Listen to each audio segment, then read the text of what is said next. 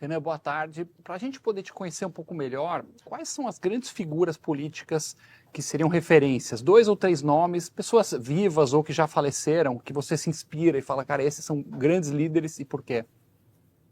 Lee Kuan Yew, acho que é o cara que pegou uma não-nação, que era Singapura, um lugar que foi expelido pelos malaios e tornou aquilo um dos países mais interessantes e desenvolvidos do mundo, e fez isso com uma disposição em encarar os problemas concretos, como favelização, como pobreza extrema, analfabetismo, brigas étnicas. Que é Singapura, né? Singapura. Singapura. E o que ele fez é uma coisa épica, eu diria. O caso ali é épico.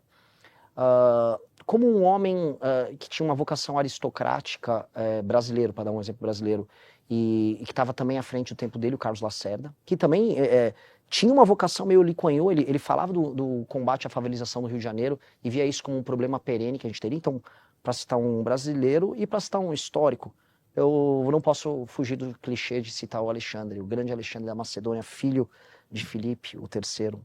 O maior de todos, né? O maior de todos. Nenhum outro grande líder político vai se igualar a esse cara. Esse cara foi uma força da natureza. O Lee Kuan Yew realmente, assim, eu tive a oportunidade de estar em Singapura, é incrível o que os caras fizeram, tem muitos méritos. Por outro lado, ele teve uma pegada autoritária importante, ele colocou mais de 100 pessoas na cadeia, ele deixou 23 anos um deputado na cadeia sem julgamento. Então, assim, acho que com certeza tem muita coisa admirável, mas até que ponto você se espelharia e aonde você desembarcaria do projeto dele pensando em Brasil? O Lee Kuan Yew, primeiro, o caso lá é um caso... Não é que ele surge como uma democracia, ele subverte a democracia. O país surge num regime que, em grande parte, é idealizado por ele. Foi um regime, em alguma medida, autoritário em alguns pontos.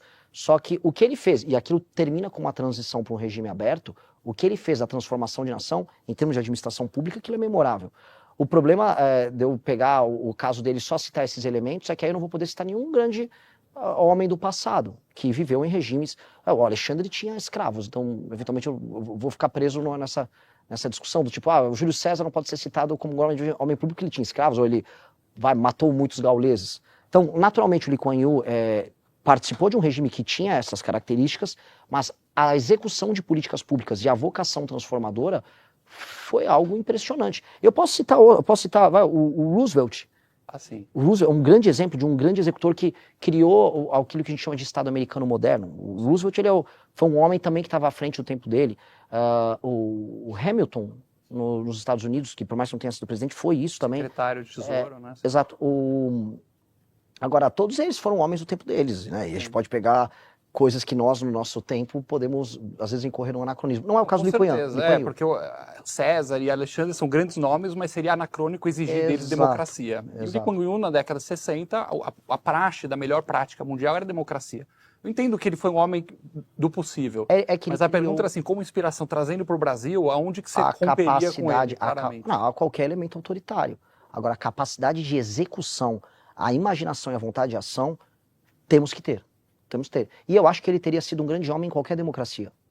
A questão do Lee Kuan Yew é que ele criou uma nação. Ele é um pai fundador de uma nação. E ele entregou depois uma nação que se tornou livre. O processo de tornar uma nação livre, veja, ele passou por uma nação que tinha sido humilhado no conflito por japoneses.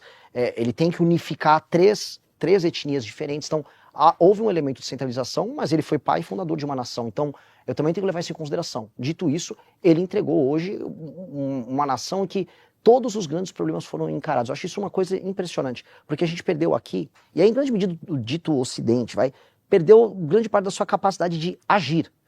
A gente não consegue agir nem fazer coisas. E mais, a gente está vindo ao Oriente fazer coisas, né? As coisas não estão acontecendo mais no Ocidente. E aqui no Brasil, mais ainda. Aqui no Brasil a gente não consegue fazer nada. A gente não consegue agir para nenhum tema que importa. Então a inspiração dele, que é uma inspiração central, preciso fazer coisas, e preciso fazer coisas rápido. E ele talvez foi o cara que fez mais coisas mais rápido no último século. Renan, boa tarde, obrigado pela presença aqui hoje. Eu quero pegar esse gancho de Ocidente para perguntar como é que está também a sua cabeça ideologicamente falando hoje, né? Enfim, acompanhei o surgimento do MBL no Brasil, na época das manifestações, muito associado ao liberalismo naquele momento. E acho que ao longo desses anos, imagina, mais de 10 anos de lá para cá, você foi refletindo sobre referências, como faz, o que acha que dá certo, o que acha que dá errado. Hoje é uma crise um pouco ocidental, como você mesmo colocou, essa questão de como é que a gente mantém progresso, ir para frente com a democracia do jeito que a gente construiu. E quando eu leio o livro Amarelo, ou parte dele pelo menos, eu acho que você está bastante, me parece que você, quero que você confirme se isso é verdade, você está bastante inspirado nesses exemplos Singapura, El Salvador, China, em alguma medida. E eu queria saber como é que está a tua reflexão ideológica hoje sobre, sabe, como que a gente destrava essas coisas, se atualizou essas referências, continua um liberal, não é mais liberal, por que você mudou de ideia caso você tenha mudado? Quero entender essa cabeça ideológica hoje. É uma adaptação pragmática que a gente teve conforme a gente foi tendo acesso aos verdadeiros problemas brasileiros, conforme a gente foi saindo do debate de internet. O MBL era um movimento, acima de tudo, ele era liberal, mas ele era um movimento anticorrupção, e depois ele se torna também um movimento de crítica de costumes, de enfrentamento de guerra cultural. Mas quando, especialmente, eu tive duas experiências. Quando o Marquesan vira prefeito em Porto Alegre, eu era muito amigo do Marquesan, e eu fui falar de coisa, mas é fazer uma escola charter numa favela. Ele falou, Renan, deixa eu explicar um negócio. Ninguém vai querer fazer uma escola charter naquela favela ali, que eles chamam de vilas lá em Porto Alegre. Ninguém vai fazer isso. Eu já tentei, já conversei. E eu comecei a ver, e aí em outros casos que aquilo começou a abrir minha cabeça, sobre os limites de um certo paradigma que existe liberal, da ideia de que a iniciativa privada vai resolver tudo, diante de uma nação em que a educação e o conhecimento não é distribuído de maneira minimamente equânime. Então, haverá lugares em que o Estado vai ter que atuar, e porque sim, ele vai ter que atuar em muitas coisas. E o Estado vai ter que estar mais presente a partir do momento que certas partes da população, elas não são capazes de exercer liberdade de cidadania, porque elas não tiveram, sei lá, nem alfabetização suficiente para isso. E aí isso entra o governo Bolsonaro. No governo Bolsonaro a gente teve o Paulo Guedes, e ainda havia um liberalismo muito empolgado, uma ideia tipo, vamos privatizar tudo, vamos a iniciativa para resolver. E aí a gente começava a ver assim, não, os problemas brasileiros eles continuam muito agudos em muitos temas, em muitas áreas. E aí isso se reforçou demais quando a gente começou a rodar o Brasil e ir nos lugares mais pobres do Brasil. E para mim, na campanha, especialmente na pré-campanha, que foi quando a gente começou a moldar o resto do livro Amarelo a isso, quando você vai no Brasil onde não há atividade econômica nenhuma, onde há uma total e completa dependência do Estado, onde não há exercício da cidadania, e onde essa ideia de democracia que a gente fica falando e vendo na TV, ela é só uma ficção. A relação que um brasileiro mais humilde tem com o político é uma relação de troca, em que ele dá o voto e o político entrega favores ao longo do ano. É uma relação, é uma parceria, quase um familismo que ele tem. Isso precisa de emenda circulando, política social circulando. E aí você percebe, ok, a coisa é muito mais profunda do que a gente imaginava. A gente fazia uma transposição de, vamos dizer, de ideias e conceitos de regimes em que as pessoas já estavam minimamente emancipadas. Mesmo que seja os Estados Unidos do século XIX, em que as pessoas eram mais emancipadas, em que elas construíam sozinhas suas cidades, montavam sozinhas suas escolas, isso não se dá no nosso contexto, é um contexto completamente diferente, até para o processo de colonização, mas há uma necessidade premente do Estado estar presente e construir civilização. E não dá para fazer isso sem o Estado. Então, pegar uma pessoa que era uma pessoa muito liberal, como era eu ou o Kim, e você apresentar esse problema, em quase todos os elementos que vai haver uma resposta, o Estado vai ter que atuar. Então você fala, ok, como fazer isso sem me tornar aquilo que eu criticava? E aí surge o desafio de procurar experiências internacionais em que isso aconteceu.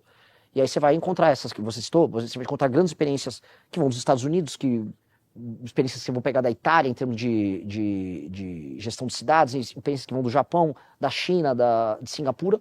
E aí você vai percebendo, né, como você modula, como você gradua. Por exemplo, Mato Grosso, você tem uma coisa em que a classe, em que os grandes empresários do agro, eles estão se tornando grandes empresários agroindustriais, e eles participam da política, e eles participam das administrações das cidades, e tudo isso está funcionando sozinho. Mato Grosso, como um sistema econômico, político, social, realmente o governo federal, ele não precisa atuar muito em Mato Grosso, é só não atrapalhar muito. De fato, você teve uma fusão entre atividade econômica e atividade política que está fazendo bem para todo mundo. Não é o caso no Maranhão. Então, o Estado vai ter que estar presente de um jeito no Maranhão que ele não vai estar presente no Mato Grosso. E aprender a modular isso é um exercício de pragmatismo que demanda uma visão de mundo mais complexa. Eu acho que a gente está muito mais complexo e interessante hoje do que a gente jamais foi.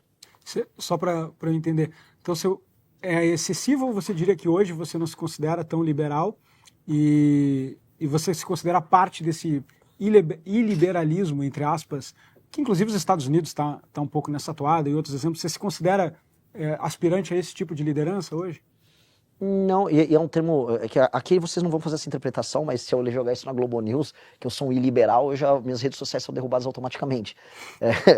Na verdade, assim, é uma espécie de É uma nova lógica de funcionamento de um Ocidente que perdeu sua capacidade de ação no poder executivo e que está vendo a ascensão de um Oriente que está obrigando esse Ocidente a agir de uma maneira diferente. Acho que seria isso. Então, as premissas do laissez-faire ou a ideia de um poder executivo meio mitigado pelos outros poderes, ele está muito fraco diante de um Ocidente, o Oriente, que tudo é mais centralizado, por exemplo, da China, e aí eles fazem as coisas mais rápido e meio que melhor.